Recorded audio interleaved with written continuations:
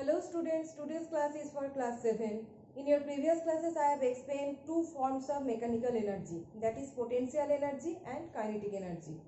And there are different examples. In today's class we will discuss about the conversion of these two forms of energy, that is the conversion of potential energy in kinetic energy. So let's start the class. Conversion of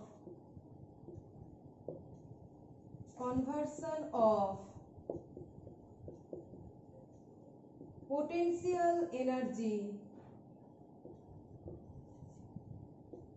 in kinetic energy. Okay, conversion of potential energy in kinetic energy. So let us discuss some examples. Okay, at first I have given you an example of hammer. We are hitting, this is a nail, and we are holding a hammer like this.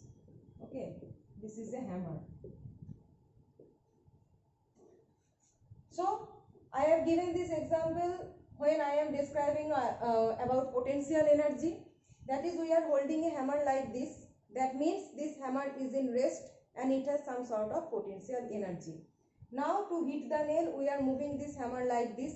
That is the hammer gaining the motion. When we are approaching towards the nail, hammer gaining the motion. That means it is gaining the kinetic energy, and that kinetic energy is actually gained or achieved from the potential energy of hammer at the rest position. Okay, so in different examples you can see that every kinetic energy is actually obtained from the potential energy of that body in the rest position. So this hammer is in rest. This hammer is in rest. Okay, so it has potential energy. Now the hammer is moving towards the nail. The hammer is moving towards the nail. While moving the hammer, it is in motion, so gaining kinetic energy, and that kinetic energy is obtained by the potential energy of the hammer in rest. So while moving towards the nail,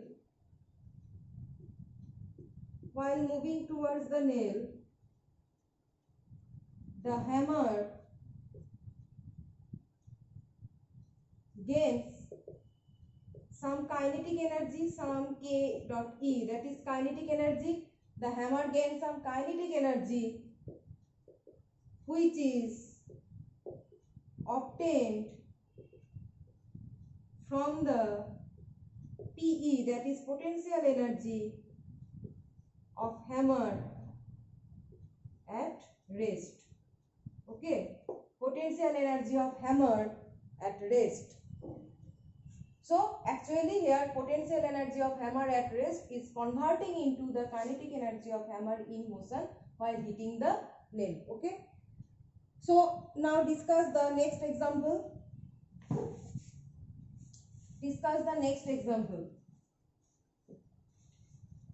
So the second example is, in our wristwatch there exists a wound-up spring like this. In wristwatch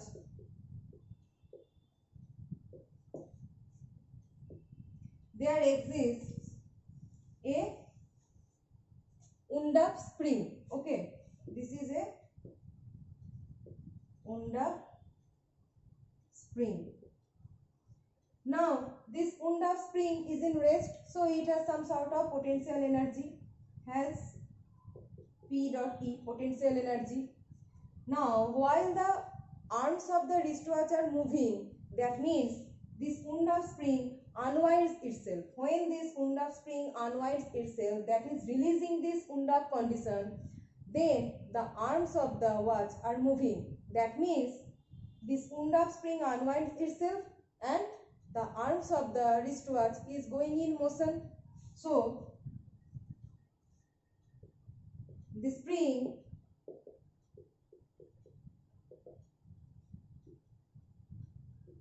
unwinds itself, and then arms of the wristwatch moves. Arms of the wristwatch moves, that means gains kinetic energy. So the potential energy of this wound of spring is converted into the kinetic energy of the arms of the wristwatch when this wound of spring unwinds itself. So that is the conversion of potential energy into kinetic energy, that is the spring unwinds itself and converting into the kinetic energy of the arms of the wristwatch. So we can write here that potential energy of the wound of spring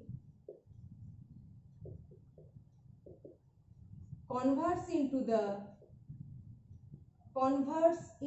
the kinetic energy of the arms of wristwatch. As the arms are moving, so the kinetic energy is gained by the arms, converts into the kinetic energy of the arms of wristwatch when the spring unwinds itself. Okay, itself. So this is the another conversion of potential energy into kinetic energy. Now the third example. Suppose I am holding a stone, or just think of this marker. Okay, I am holding this marker in this position, and now I am releasing it, so it is going in the downwards. So it is going downwards. I am holding this, it is in rest, that is as some sort of potential energy. I am releasing it and it is going downwards, that means it gains motion and also gains kinetic energy. So the potential energy that contains in this marker is converted into the kinetic energy when I am releasing it. Okay, so the third point is when a stone is held at the hand, is held in hand, it has some potential energy, right? On releasing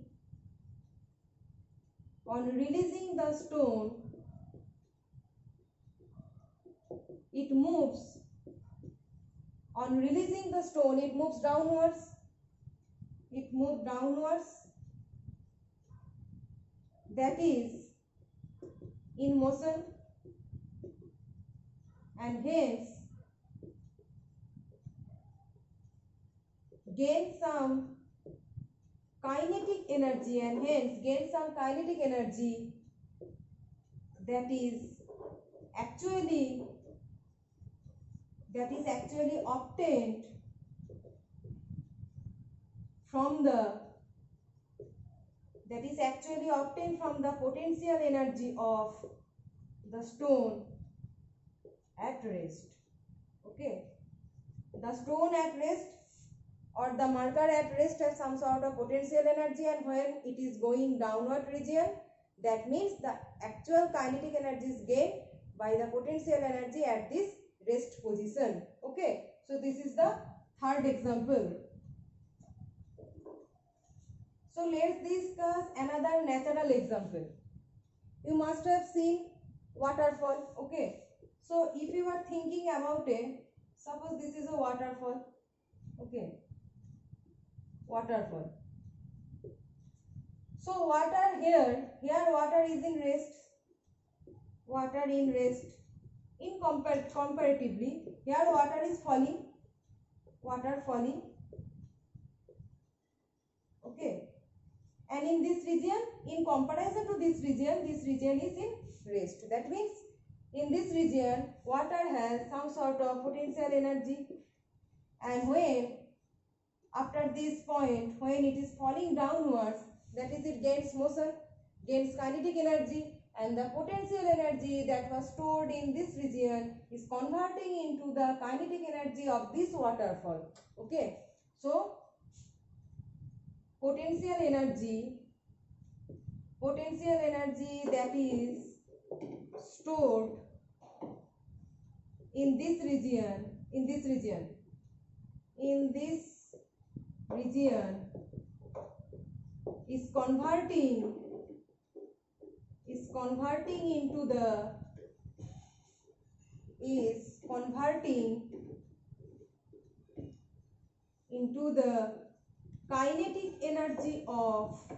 is converting into the kinetic energy of the waterfall. Okay, is converting into the kinetic energy of this waterfall. Actually, water is falling, it is gaining motion due to the conversion of potential energy into kinetic energy. That is the potential energy that is stored in the water in this region. Okay, so in today's class I have explained some conversion of examples of conversion of potential energy into kinetic energy. In the next class we will discuss some more examples of conversion of potential energy to kinetic energy and some examples of conversion of different forms of energy. Okay.